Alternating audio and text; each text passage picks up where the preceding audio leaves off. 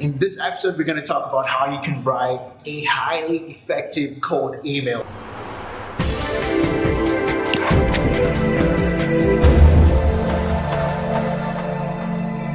Now, think about it. If you're growing your business, probably serving a really small group of people right now, that you're adding a ton of value to them. They're enjoying your services. They love you. They want to stick with you forever.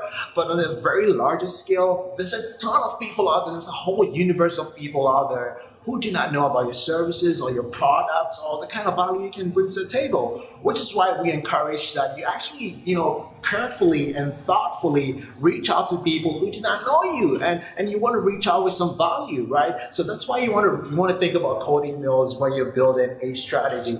But then again, there's a big question. We all get cold emails all the time in our inboxes. And when was the last time you replied to a cold email? Probably, I don't remember.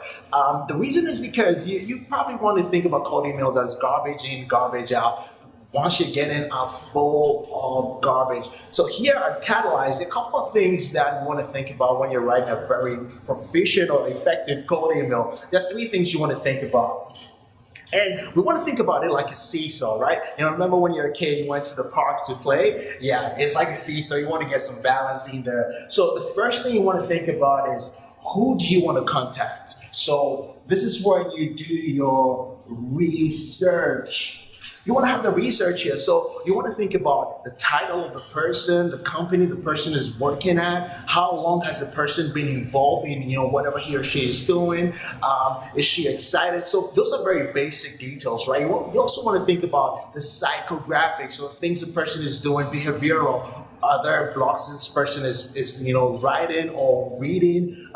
Have they been featured in any podcast? And so on and so on and so on. So you want to be as super targeted when it comes to your ideal customer profile as possible. And that is where research is so important. Now, once you've knocked out research, you want to think about, why should they care, right? Why should they care? This is where we want to call it relevance. All right. So relevance is really important. It answers one question: what's in for me?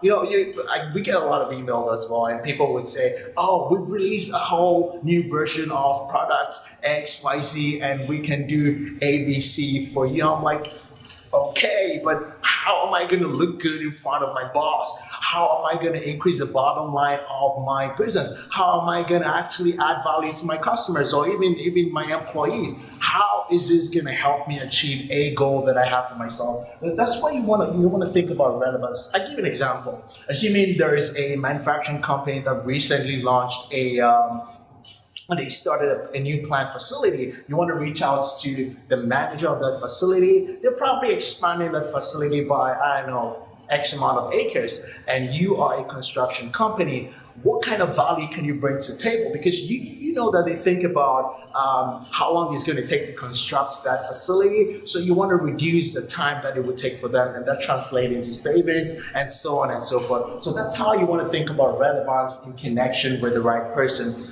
The final thing in this framework, in this seesaw framework, you want to look at is what we call request. I'm going to write it here, request, right? So request is answering one simple question. If they care, what action do you want them to take? I've sent you an email. I'm excited. I'm the right person. It's super relevant. What should I do? Do you want to have a cup of coffee with them? Do you want to, invite them to a webinar? Do you want them to be part of an event? Do you want them to speak at an event?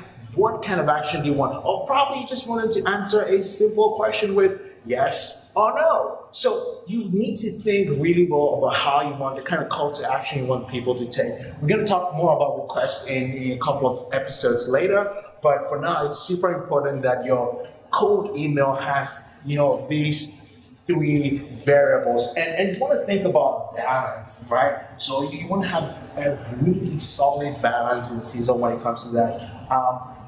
First, research. Second, relevance. And always, it's built on the foundation of a request. What do you want them to do? And this is what we have for you in terms of cold emails. This helps you to write a highly effective cold email. Implement this framework. Let us know how it's working for you. We'll be doing a lot more episodes later. So if you like this content, remember to subscribe. And also, we'll be happy to help you get qualified meetings and conversations with decision makers. So feel free to shoot me an email, shoot my team an email, team@Katallyze.io. We'll be happy to help you and see you in the next episode.